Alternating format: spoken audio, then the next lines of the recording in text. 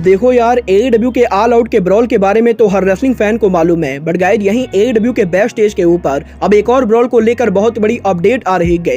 एडब्ल्यू में Kyle O'Reilly के possible return को लेकर एडम कोल की तरफ से काफी बड़ी अपडेट दी गई। जेक द स्नेक रॉबर्ट के एडब्ल्यू में स्नेक प्लान को लेकर जेक रॉबर्ट ने काफी बड़ा खुलासा कर दिया है। एडब्ल्यू के स्ट्रीमिंग डील और कोटा इबुशी के पॉसिबल डेब्यू को लेकर रेसलिंग ऑब्जर्वर की तरफ से काफी बड़ी अपडेट आ चुकी है। और गाइस जॉन मॉक्सली एडब्ल्यू को लीव करके डब्ल्यूडब्ल्यूई पर उनकी वापसी करेंगे या नहीं, ये चीज भी फाइनली रिवील हो चुकी है। तो गाइस चलिए बिना किसी देरी के शुरू करते हैं इस वीडियो को। और गाइस सबसे बात करेंगे एड बेस्ट स्टेज ब्रॉल की। वेल गाइस ये बात तो आप लोग भी मानोगे कि एडब्ल्यू कंपनी उनके और स्किन के रेसलर्स के लिए जितनी फेमस नहीं गए, उससे ज्यादा फेमस एडब्ल्यू कंपनी उनके बेस्ट स्टेज एनवायरनमेंट के लिए है। क्योंकि गाइस यहाँ पर जब से एडब्ल्यू के ऑल आउट के ऊपर सीएम पंक और रिलीट वाला ड्रामा हुआ है, तब से ही एडब्ल्यू के बेस्ट स्टेज के ऊपर आए दिन कोई ना कोई ड्रामा होते रहता है। और गाइस यही अब एडब्ल्यू के बेस्ट स्टेज के ऊपर एक और बड़े ब्रॉल को लेकर रेसलिंग ऑब्जर्वर ने बड़ी अपडेट दी है, जहां पर इस हफ्ते फाइटफुल ने इस चीज को कंफर्म किया है कि एडब्ल्यू के ऑल आउट पर सीएम पंक और रिलीट वाले हुए ड्रामा से पहले करीबन 3 महीने पहले जब एडब्ल्यू ने 2022 के अंदर उनका डबल और नथिंग पेपर व्यू कराया था, तो गाइस एडब्ल्यू डबल और नथिंग के बेस्ट स्टेज के ऊपर जंगल बॉय और स्वर्व स्ट्रिकलैंड के बीच में काफी ज्यादा बवाल हुआ था। क्योंकि गाइस यहां पर एडब्ल्यू के डबल और नथिंग पेपर व्यू के ऊपर जब एडब्ल्यू कंपनी ने उनके टैग टीम चैंपियनशिप के लिए 3-वे टैग टीम चैंपियनशिप मैच कराया था, तो गाइस उस मैच के अंदर जंगल बॉय और स्वर्व स्ट्रिकलैंड के बीच में कुछ मिसकम्युनिकेशन हो गई थी। और गाइस इन दोनों के मिसकम्युनिकेशन की वजह से उस मैच के एंडिंग को चेंज करना पड़ा था। और गाइस यहीं इन दोनों के इस मिसकम्युनिकेशन के बाद जब ये दोनों रेसलर बैक स्टेज एरिया पर पहुंचे थे, तो गाइस इन दोनों रेसलर के बीच में आर्गुमेंट हो गई थी। और गाइस यहां पर पॉसिबली ये दोनों रेसलर एक दूसरे पर अटैक भी करने वाले थे, बट गाइस यहां पर बैक स्टेज पर ज्यादा कुछ बवाल होता उससे पहले ही एडब्ल्यू के मैनेजमेंट ने पूरे माहौल को संभाल लिया था। और गाइस यहीं इस हफ्ते अब स्वर्व स्ट्रिकलैंड ने जेरिको के रिलेटेड क्रूज के ऊपर एडब्ल्यू के बैक स्टेज के इस ब्रॉल को कंफर्म किया है। और गाइस स्वर्व स्ट्रिकलैंड का ये कहना है कि एडब्ल्यू कंपनी ओरिजिनली डबल और नथिंग पेपर व्यू के बाद एडब्ल्यू के डबल और नथिंग के आफ्टर डायनामाइट के ऊपर जंगल बॉय और स्वर्व स्ट्रिकलैंड का सेगमेंट कराने वाली थी, बट गाइस यहां पर डबल और नथिंग के बैक स्टेज पर जो कुछ भी हुआ था उसके बाद एडब्ल्यू कंपनी ने इन दोनों के प्लान को कैंसिल कर दिया था। और गाइस इस हफ्ते क्रिस जेरिको के लेटेस्ट क्रूज के ऊपर स्वर्व स्ट्रिकलैंड ने इस चीज को कंफर्म किया है कि एडब्ल्यू के डबल और नथिंग के बैक स्टेज के ऊपर स्वर्व स्ट्रिकलैंड और जंगल बॉय के बीच में झगड़ा हुआ था। और गाइस यहां पर स्वर्व स्ट्रिकलैंड का यह भी कहना है कि वो उनके आने वाले पॉडकास्ट के ऊपर जंगल बॉय और स्वर्व स्ट्रिकलैंड के इस मामले की पूरी सच्चाई को बताने वाले हैं। वेल गाइस देखना बहुत ही दिलचस्प होगा कि स्वर्व स्ट्रिकलैंड इस बॉल को लेकर क्या कुछ बड़े खुलासे करते गए। बट गाइस जहां तक डेब्यू की, तो गाइस अब मैं आपको बता दूं इस हफ्ते डब्ल्यूडब्ल्यूई के हॉल ऑफ फेमर और AEW superstar Jake the Snake Robert ने एडब्ल्यू में उनके स्नेक प्लान को लेकर बहुत ही बड़ा खुलासा कर दिया है।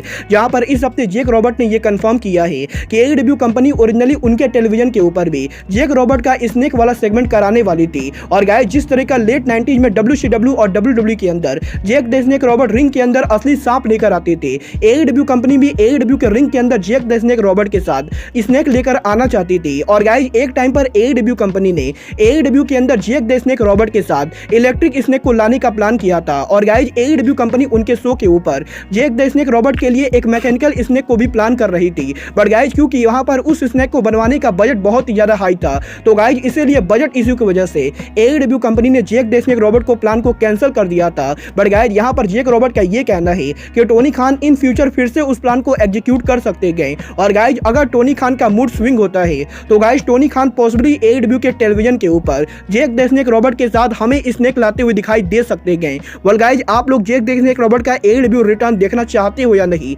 आप लोग मुझे कमेंट करके बताइए।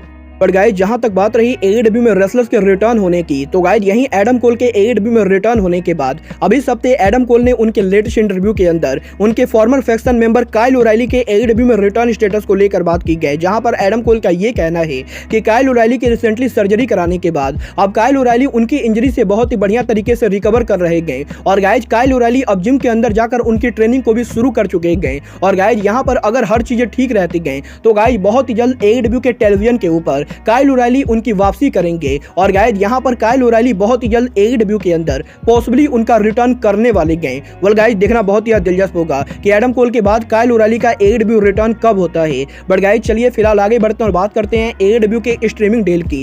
वेल गाइस जैसा कि मैंने आप लोग को कल या परसों की वीडियो में बताया था कि एडब्ल्यू कंपनी वार्नर मीडिया के साथ मिलकर उनका खुद का स्ट्रीमिंग सर्विस लाना चाहती है। और गाइस टोनी खान के आरवेज के ऑनर क्लब स्ट्रीमिंग सर्विस को वापस लाने के बाद अब टोनी खान एडब्ल्यू के कंटेंट के गए AEW कंपनी का एक्सक्लूसिव स्ट्रीमिंग सर्विस लाने वाले गए। बट गाइस यहीं इस हफ्ते अब रेसलिंग ऑब्जर्वर ने इस चीज को कंफर्म किया है कि AEW कंपनी जो उनका स्ट्रीमिंग सर्विस लाने वाली गए उस सर्विस के अंदर अभी बहुत ही ज्यादा लेट हो सकता है, क्योंकि गाइस यहाँ पर अभी तक वार्नर मीडिया की तरफ से AEW के स्ट्रीमिंग सर्विस को लेकर वार्नर मीडिया ने कोई गारंटी नहीं दी गई। और गाइस यहाँ पर अभी टोनी खान और वार्नर मीडिया के बीच में AEW कंपनी के स्ट्रीमिंग सर्विस को लेकर बात चल रही है। और गाइस यहाँ पर फिलहाल तो AEW के अंदर AEW कंपनी हाल फिलहाल में उनके स्ट्रीमिंग सर्विस को नहीं लाने वाली गए। वेल गाइस देखना बहुत ही दिलचस्प होगा कि AEW उनके स्ट्रीमिंग सर्विस को कब लॉन्च करते गए। बट गाइस चलिए अब आगे बढ़ते हैं और बात करते हैं इस समय जापान के बिगेस्ट फ्री एजेंट कोटा इबुशी की। वेल गाइस जैसा कि मैंने आप लोगों को ऑलरेडी बताया है, कोटा इबुशी के NJPW कॉन्ट्रैक्ट के एक्सपायर होने के बाद कोटा इबुशी इस समय रेसलिंग इंडस्ट्री के हॉटेस्ट फ्री एजेंट है। और गाइस यही कोटा इबुशी के AEW में रूमर्स के चालू होने के बाद अभी इस हफ्ते कोटा इबुशी के फैक्शन के फॉर्मर मेंबर यंग बस ने AEW में कोटा इबुशी के पॉसिबल डेब्यू को लेकर बात की गई, जहां पर यंग बस का ये कहना है कि कोटा इबुशी केनी ओमेगा के बाद रेसलिंग इंडस्ट्री के अंदर यंग बस के सबसे करीबी दोस्त हैं। और गाइस यहां पर रेसलिंग इंडस्ट्री के अंदर कोटा इबुशी को यंग बस के साथ काम करने में काफी ज्यादा बढ़िया लगता है। और गाइस यहां पर अगर कोटा इबुशी AEW कंपनी में आने के लिए मान जाते गए तो गाइस यंग बस डेफिनेटली कोटा इबुशी को AEW में लाना चाहेंगे। और गाइस यहां पर डेफिनेटली AEW के अंदर यंग बस कोटा इबुशी के साथ उनका गोल्डन एलीट रियूनियन करना चाहेंगे। वेल गाइस देखना बहुत ही दिलचस्प होगा कि यंग बस और टोनी खान कोटा इबुशी को AEW में ला पाते हैं या नहीं। बट गाइस चलिए फिलहाल आगे बढ़ते हैं और बात करते हैं AEW के only 3 time world champion John Moxley की।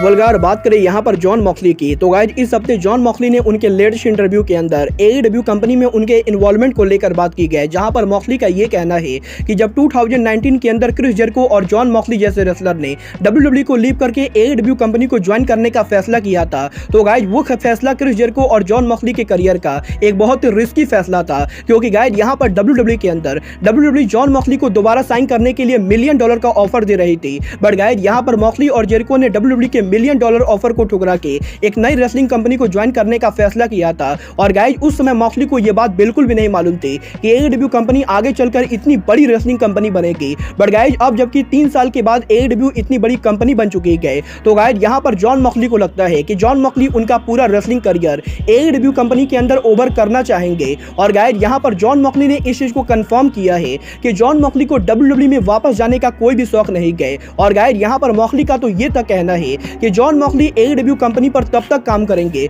जब तक जॉन मॉक्सली रेसलिंग इंडस्ट्री से उनका रिटायरमेंट नहीं ले लेते गए। और गाइस इसीलिए जॉन मॉक्सली कंपनी के लिए बहुत ही ज्यादा बढ़िया चीजों को प्लान कर रहे गए। और गाइस जॉन मॉक्सली ये होप कर रहे गए कि AEW कंपनी को कभी भी शट डाउन होने का मौका ना मिले। और गाइस यहाँ पर जॉन मॉक्सली उनके रेसलिंग करियर को AEW कंपनी में ही ओवर करना चाहते गए। वेल गाइस मॉक्सली की इन बातों से ये चीज तो बिल्कुल ही क्लियर हो चुकी है कि जॉन मॉक्सली को WWE में वापस जाने का बिल्कुल भी शौक नहीं गए। और गाइस मुझे भी नहीं लगता है कि जॉन मॉक्सली को WWE जैसी कंपनी पर वापस जाना चाहिए। बट गाइस आप में से कोई जॉन मॉक्सली का WWE में रिटर्न देखना चाहता है या नहीं, आप लोग मुझे कमेंट करके बताइए। बट गाइस अब आज के इस वीडियो में बस इतना ही।